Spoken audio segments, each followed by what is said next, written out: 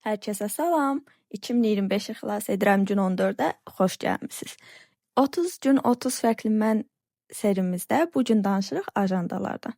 Mən sadiq bir müştəri olduğum üçün əgər bir markanı bəyənirəmsə, daimi olaraq oradan almağa davam edirəm. Bu da artıq həmin markadan aldığım təxmini 4-cü gündəlikdir deyə bilərik. Burada həmin gündəliyin içi ilə bağlı göstərirəm sizə ki, iç hissəsi necədir. Məsələn, girişdə fərqlilik ediblər. Burada bir artıq Hello It's Me hissəsi qoyublar. O birində də var idi əlbəttə, amma bu belə daha çərçivə halında, belə daha tanıtım effektlidir. Ondan sonra isə deməli təqvim gəlir. Təqvimdən sonra özəl günlər, ayın tarixi olsun, oxunacaq kitablar olsun, izlənəcək filmlər olsun. Amma məncə o səhifə çox qısadır. Çünki 365 gün ərzində nə bilim insan ən azından bir 40-50 film izləməzmi deyə düşünürəm. Həmin onları yazmaq üçün o yer çox az gəlir mənim üçün. Ona görə də köhnə ajandamda görəcəksiniz, doldurmamışam. Sonra isə ayların içi eyni şəkildə olduğu üçün çox göstərmirəm, sadəcə motivasiya səhifələrini göstərirəm.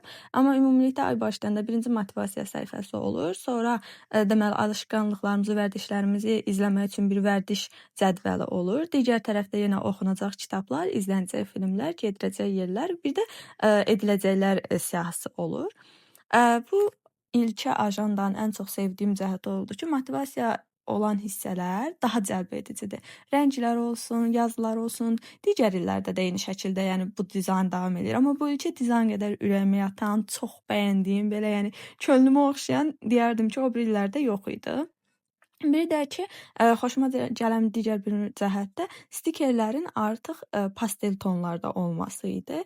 Əvvəlki illərdə də stiker qoyurdular və bu stikerlər daha tünd tonlardaydı. Bu isə çox pasteldir, belə göz yormur, hətta deyərdim ki, insanın gözünə oxşuyur.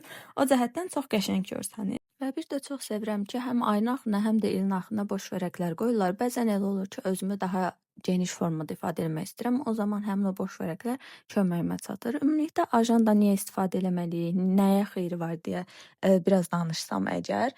Üzrlü sayırsız boğazım ağrıyır, ona görə tez-tez udqunuram və nəfəs çatdıra bilmirəm, nəfəs darlığı yaşayıram.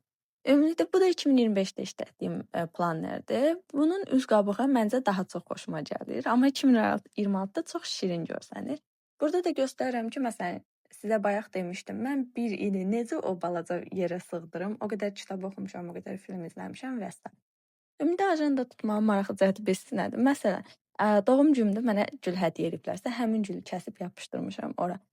O gül artıq quruduğu üçün mən o əlbəttə ki, atmaq məcburiyyətindəyəm. Amma dəftərdə olan hissədə mənə gülü xatırladır, həmin gün keçirdiyim duyğuları xatırladır. Və ya olsun ki, məsələn, orada indi irəlidə görəcəksiniz.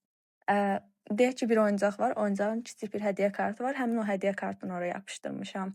Ya da olsun ki, insan öz fikirlərini ifadə etmək istəyir və istəyir ki, qəzetdə oxuyanda o fikirlər onun yadına gəlsin. Həmin fikirlər üçün çox qısa yerlər ayırdığı üçün sadəcə nə istifadə eləmək istəyirsənsə orada istifadə edirsən, nə fikir ifadə eləmək istəyirsənsə orada ifadə edirsən və bitir.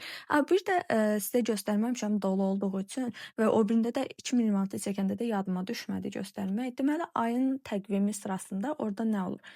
Ayla bağlı motivasiya səhifəsindən sonra bir də xüsusi bir səhifə olur. Orada ediləcəklər siyahısı olur, önəmli notlar olur, ana hədəflər olur.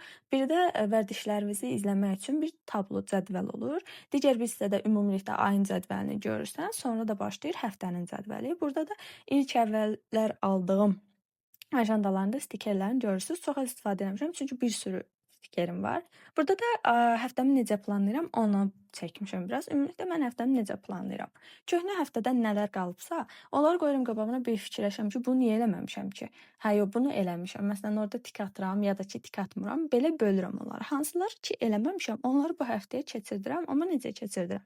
Bu həftə onu eləmək vacibdir, yoxsa onu eləməsəm də olarmı? Belə düşünürəm. Əgər eləməsəm də olardısa, demək ki, o heç önəmli bir hədəf deyil. Onun üstündən bir xətt çəkirik, eləmirik.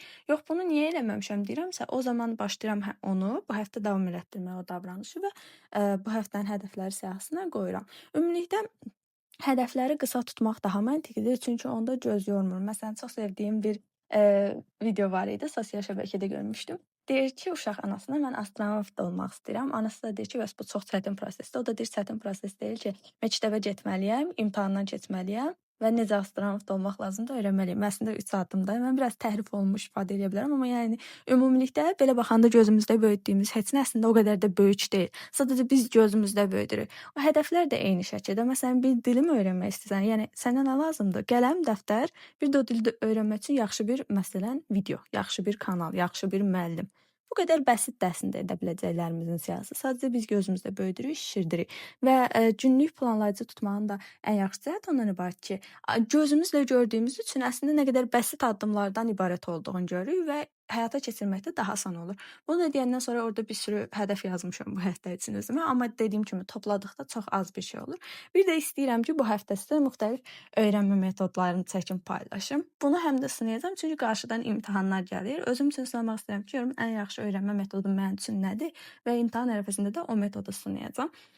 Ümumilikdə belə bir video idi. Burada stikerlərdən bəzəyirəm. Bir də bəzəmək ona görə yaxşı ki, adamın gözünə oxşayır. Belə baxdıqca ürəyi açılır. Bu ajandaların sadə hallarda olur. Sadəcə mən həmişə gözləyirəm, bəzəkli hallar çıxır, sonra alıram. Çünki ajanda belə insanın içinə oxşamalıdır. Onda gənclik ruhunu oyandırmağı bacarmalıdır. Belə baxanda ürəyin açılmalıdır. Yəni ağ vərəqə baxanda şəxsən mənim ürəyim açılmır. Orada ancaq iş, dərs, vacib şeylər deyə düşünürəm və beynim məni onu görməmək üçün başqa şeylərə yönləndirir. Məsələn, deyir ki, gəl bir bölümdə serial izləyək, ondan sonra eləyərsən. Amma belə cıvıl-cıvıl olanda özümün həvəsim artır. Deyirəm, ay yo, o stikerlə bəzəyəcəm, bu qələmlə yazacağam, oranı da rəngləyəcəm, buranı da rəngləyəcəm və həvəsim ölmür. Ümumilikdə sizin üçün gün 14-də paylaşmaq istədiklərim bu qədər idi. Ümid edirəm video xoşunuza gəldi. Sabah görüşənə qədər sağ olun.